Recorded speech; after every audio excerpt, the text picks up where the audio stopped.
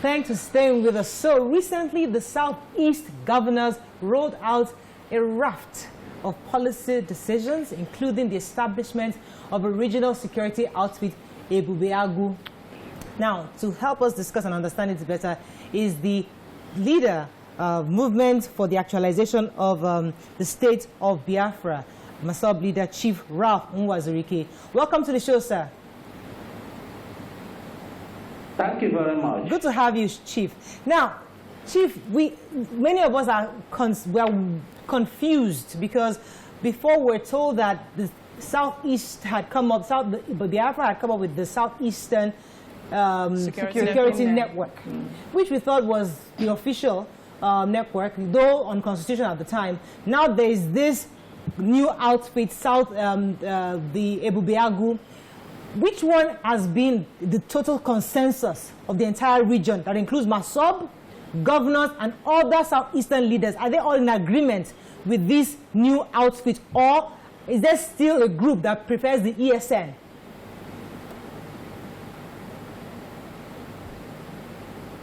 Chief, are you there? Yes, I'm here, though the network is not good anywhere. But I can hear you. Okay, go ahead, sir. Anyone who believes in the rule of law should not expect any man or just an individual to set up a security outfit for the whole of the Southeast. It is the governors that are entitled as the representatives of the people, the political class, to institute and inaugurate a platform, people of the Southeast. All of us who are non-state actors had it.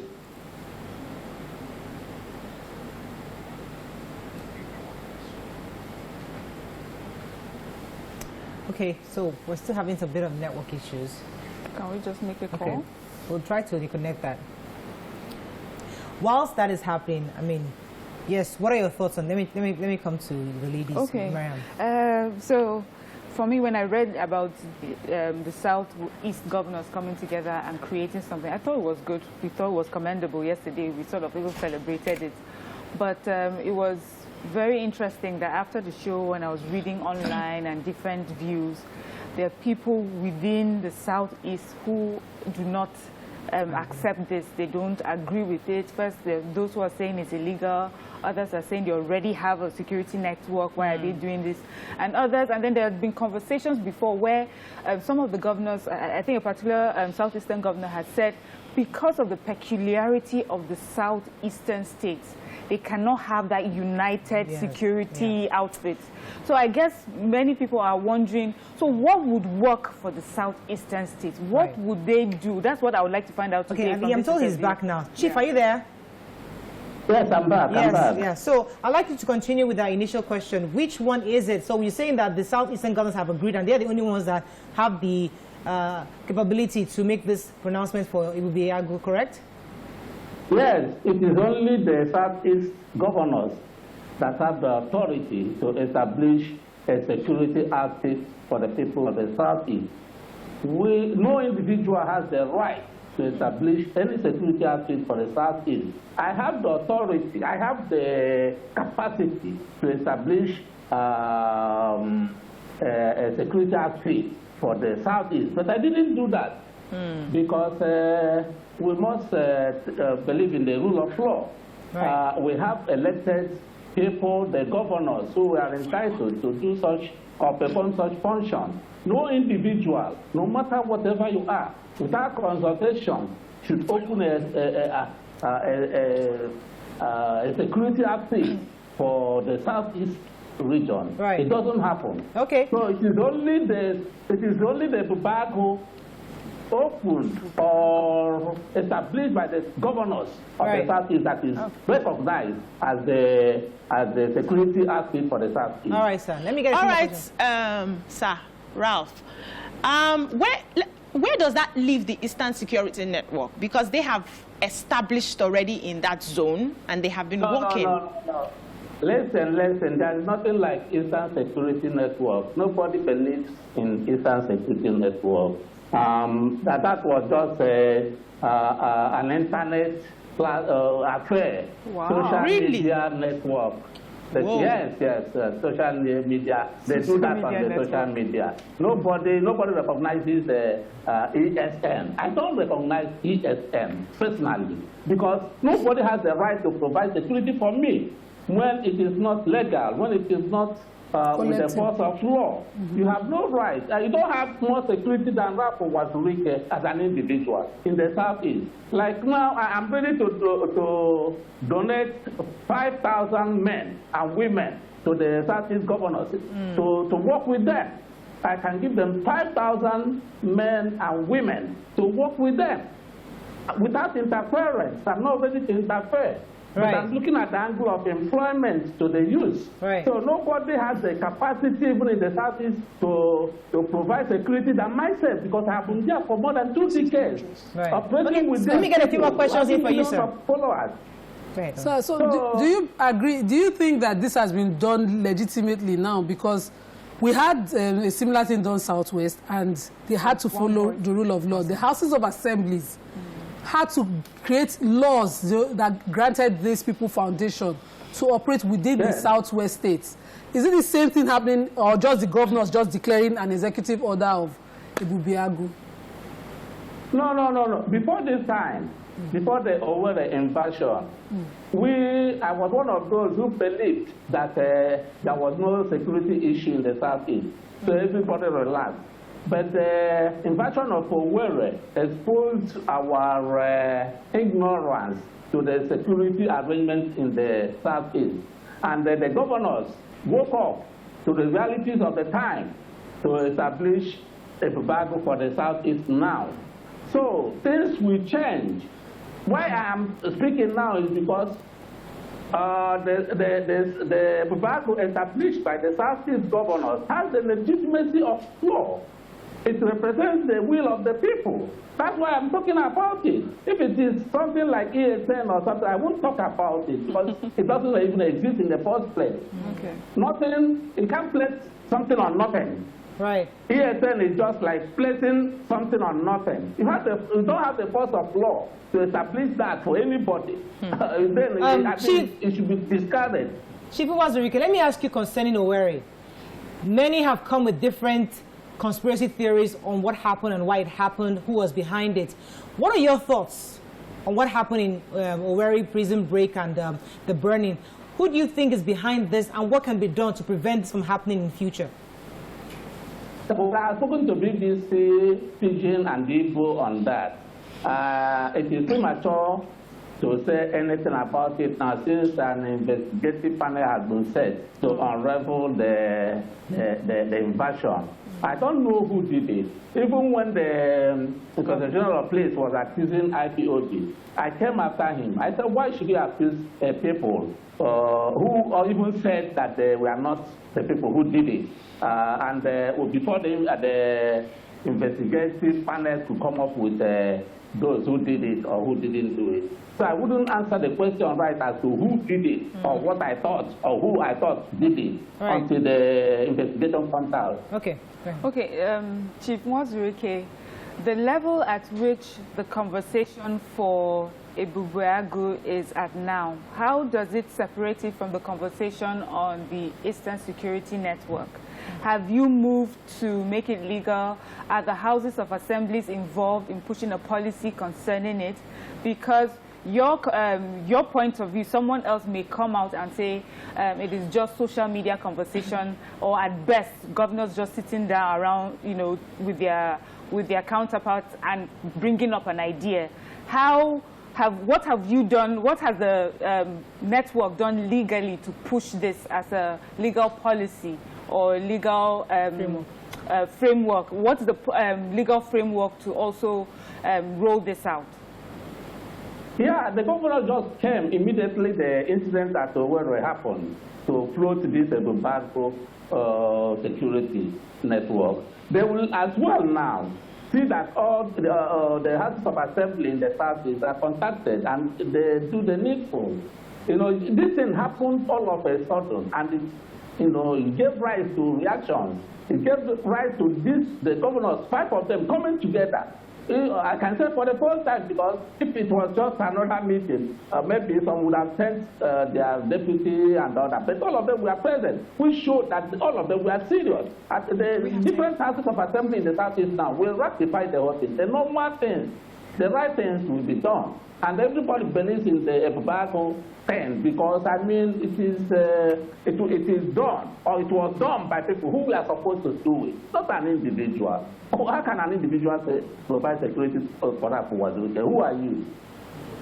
All right, Chief. There's this plan, according to the memorandum, to reinstate the ban on open grazing, and we know that that ban has not gone through any. There's no law backing it. Actually, is there any plan to back up this plan or back up this open grazing so that it's in the Constitution and it can be followed properly, or it's just talk shop like it has been for a while now? You see, it was, the governor said it. So the governor that said it. So they will back it up with the instrument of law. The thing here is that before this time, we are relating with all these herdsmen. But it was this administration, the coming of Buhari, that changed everything. When you began to see some herders carrying ammunition and all that, it never happened before. But because of something brings something, a change brings another change. Since they have changed now, that was why the governors tend to ban open grazing. And it has to be followed by instrument of law. Since they have said it, they know the proper thing to do. They have to contact the House of Assembly to ratify it with law. All right, we're going to go on a break now. Thank you very much, sir. We're going to bring in another guest to add a few things to this conversation on Ibubiagu. Stay with us. We'll be right back.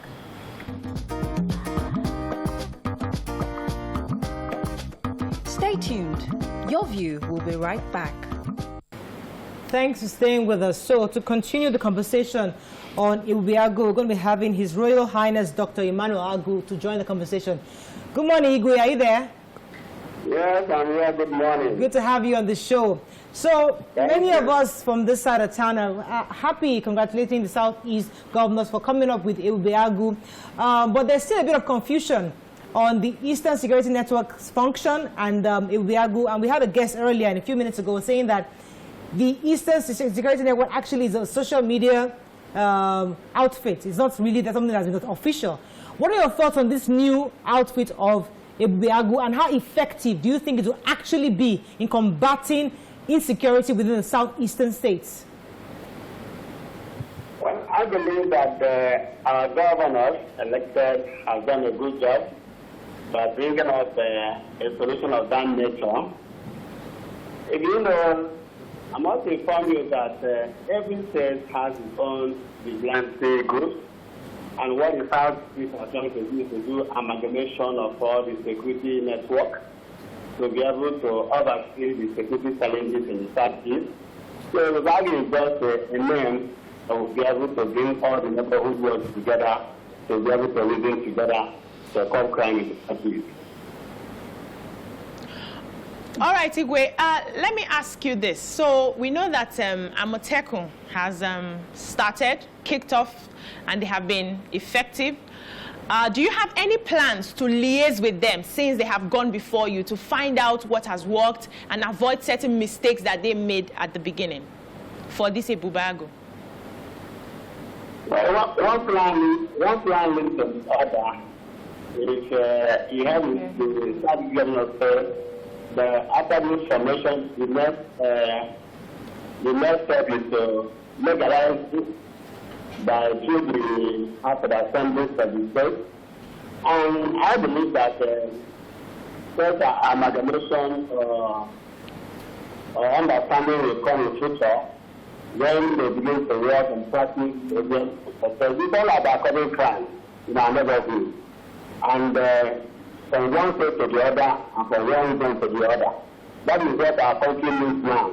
So this is a program that doesn't suppose just rely only on the federal agencies. It's a business for all. Because every one of us, no one will the need to assess things as part of your body. So, in avoidance of things, we have to reason together to avoid crime in our state. Right. Okay, we're going to have to wrap this up because I can't have any questions for him. I had a question. Sir, Igwe, the issue for me is, how is the structure like? Because when Amotekun was launched, one of the problems was how they work with the police, because we knew they were restricted in the powers that they had. Can they carry weapons? Can the Ebube now to carry weapons? When they arrest a person, what will happen to that person? Can they prosecute? What exactly are the powers that they are given? As a vigilante group, what extent can they go and where are their limitations? Well, there are some certain things you not know from the screen, because we have labor groups. And I want to tell you that informal political structure, like that of the labor group, is not just all about carrying weapons. They use using authority dispute resolution to be able to face some of the security challenges. Some of the challenges are not just about prosecuting crime, but at times covering crime using community mind. That is why we are talking about community policing. And the Bible is just implement community policing, taking security just down to the people to be able to live it together. We're not talking about carrying physical crimes now, carrying physical ammunition now, now.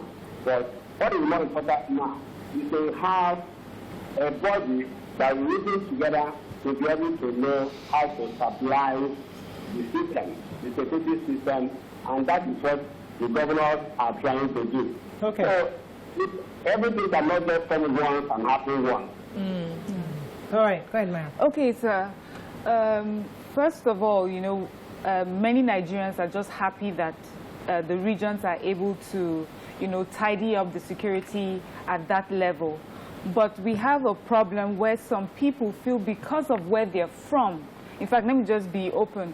There's reports in the papers that Northerners are leaving some states, Enugu State, because they feel they're indiscriminately targeted. I can't hear you very well. Okay, so it's been reported in the papers that some Northerners are leaving places like Enugu State and some states because they feel that they are being indiscriminately targeted because of where they're from. And many people had the concerns also with Amotekun, which is, are you targeting criminals or are you targeting people of a certain ethnic group? What is the Ebube stance on this?